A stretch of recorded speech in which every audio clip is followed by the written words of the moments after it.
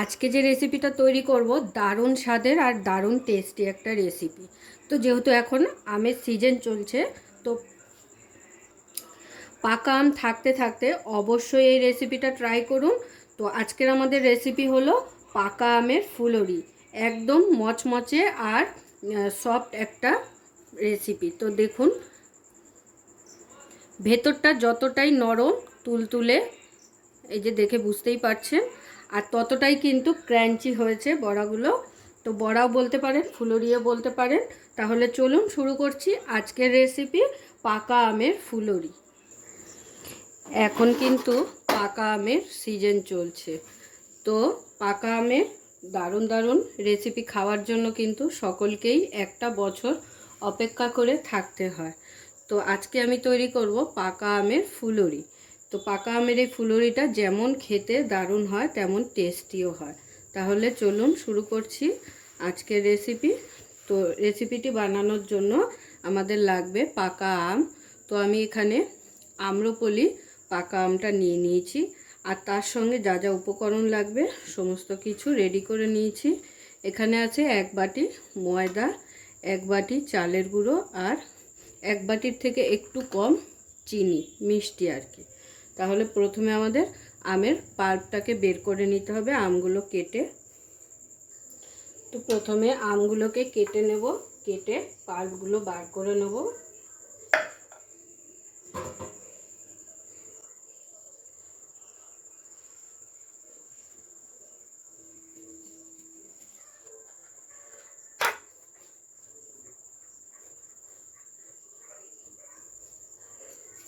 এবারে একটা চামচ দিয়ে আমের এই পাল্পটাকে তুলে নেব এইভাবে।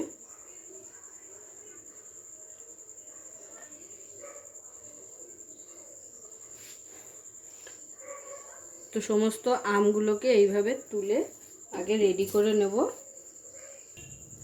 তো দেখুন, আমের সমস্ত পাল্প তুলে নিয়েছি। এবারে একটা মিক্সির বাটির মধ্যে নিয়ে আমের পাল্পটাকে ভালো করে পেস্ট করে নেব।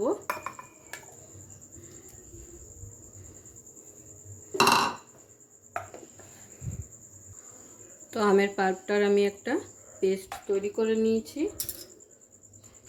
একটা স্মুথ পেস্ট এরকম তৈরি করতে হবে।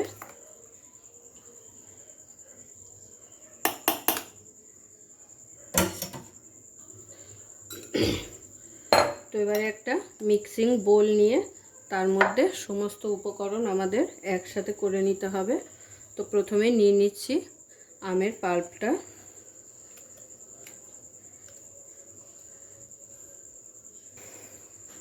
এরপরে একে একে সমস্ত যে উপকরণগুলো রেডি করে রেখেছিলাম সেগুলো নিয়ে নেব। প্রথমে দিয়ে দিচ্ছি মিষ্টি। মিষ্টিটা অল্প একটু রেখে দিলাম, যদি প্রয়োজন হয় তাহলে দিয়ে দেবো। এরপর দিয়ে দিচ্ছি চালের গুঁড়ো, আর তার সঙ্গে দিয়ে দেবো ময়দা। সমস্ত কিছু কিন্তু একদম সম পরিমাণ এক মাপের দিতে হবে, না হলে কিন্তু ভালো হবে না। আর দিয়ে দেবো একটু কিঞ্চিত মাত্র নুন।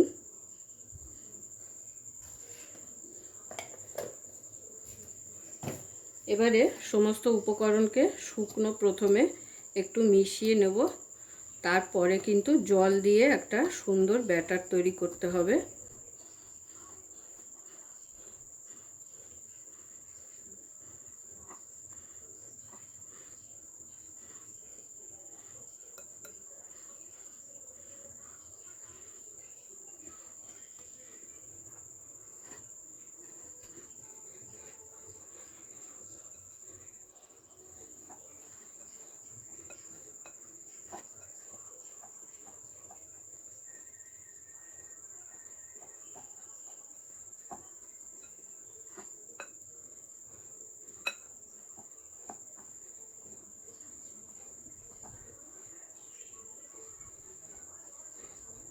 তো শুকনো যেহেতু মেলানো হয়ে গেছে, এরপরে অল্প অল্প করে জল দেব।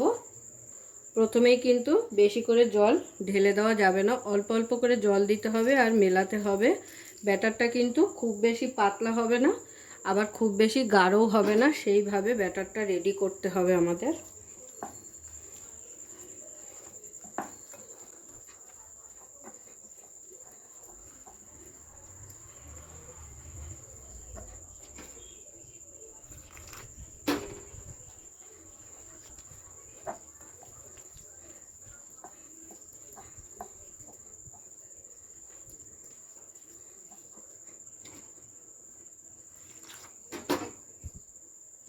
তো দেখুন ব্যাটারটা কিন্তু আমার একদম রেডি হয়ে গেছে, আর ব্যাটারের থিকনেসটা কিন্তু ঠিক এরকমই থাকবে, খুব বেশি একদম গাঢ়ও না, আবার খুব বেশি টেলটেনে নরমও না, তাহলে কিন্তু ফুলুরিগুলো ভালো করে ভাজা যাবে না। তো ব্যাটারটা এইভাবেই কিন্তু রেডি করতে হবে, অল্প অল্প জল দিয়ে রেডি করলে কিন্তু ব্যাটারটা একদম ঠিকঠাক থাকবে। তো চলুন এবারে ভেজে নেব। তো এবারে ফুলুরিগুলো ভেজে নেব। তো তার জন্য এখানে কড়াই বসিয়ে দিলাম, গ্যাসটা ধরিয়ে দিলাম। কড়াইটা গরম হয়ে গেলে কড়াইতে দিয়ে দেবো তেল। তো কড়াই কিন্তু গরম হয়ে গেছে, কড়াইতে এবারে দিয়ে দেবো সাদা তেল। ফুলুরিগুলো আমি সাদা তেলে ভেজে নেব, আর তেলের পরিমাণটা একটু বেশিই দিতে হবে।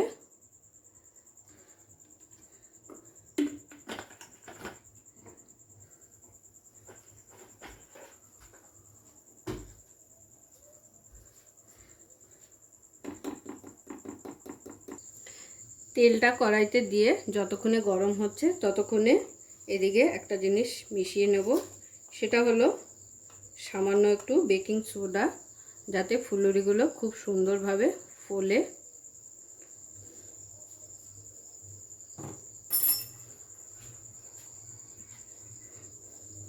তো বেকিং সোডাটা দিয়ে সামান্য একটু জলের ছেটা দিয়ে এটাকে আর একবার ভালো করে মিশিয়ে নেব।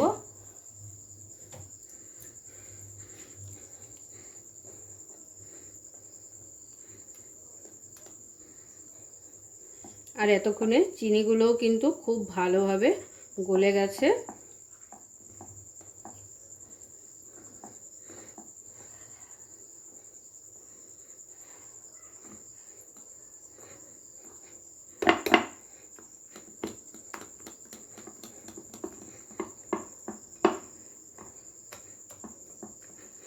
তো খুব ভালো করে পুরো মিশ্রণটার সাথে বেকিং সোডাটাকে ফেটিয়ে নিলাম। এতক্ষণে তেলটাও কিন্তু গরম হয়ে গেছে, এবারে তেলের মধ্যে এইভাবে হাত দিয়ে একটু একটু করে ছেড়ে দেব।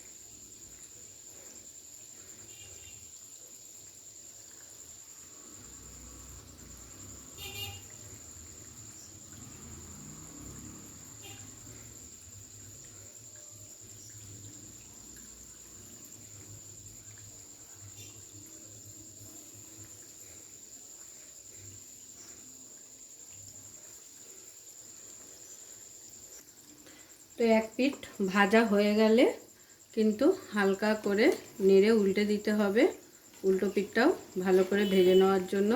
আর দেখুন কত সুন্দর ফুলে উঠেছে।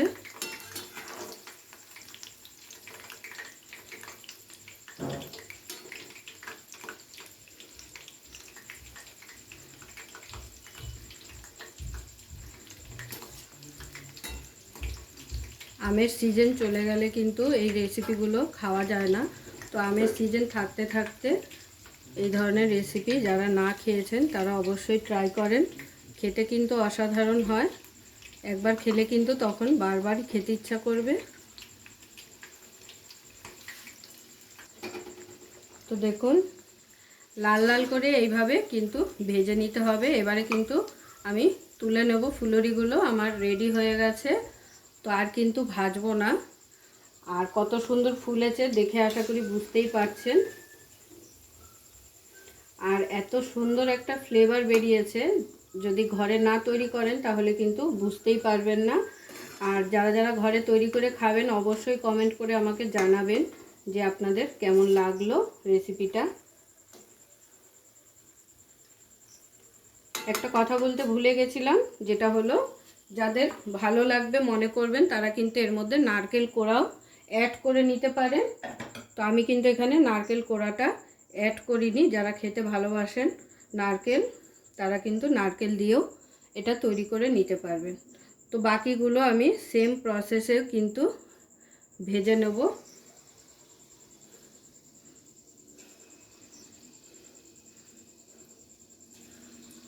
পুরো ভিডিওটা দেখার জন্য সকলকে অসংখ্য ধন্যবাদ। এরকম আরও নিত্য নতুন ভিডিও দেখার জন্য চ্যানেলটি অবশ্যই সাবস্ক্রাইব করে নেবেন আর পাশে থাকা বেল আইকনটি প্রেস করে নেবেন নতুন রেসিপির আপডেট পাওয়ার জন্য।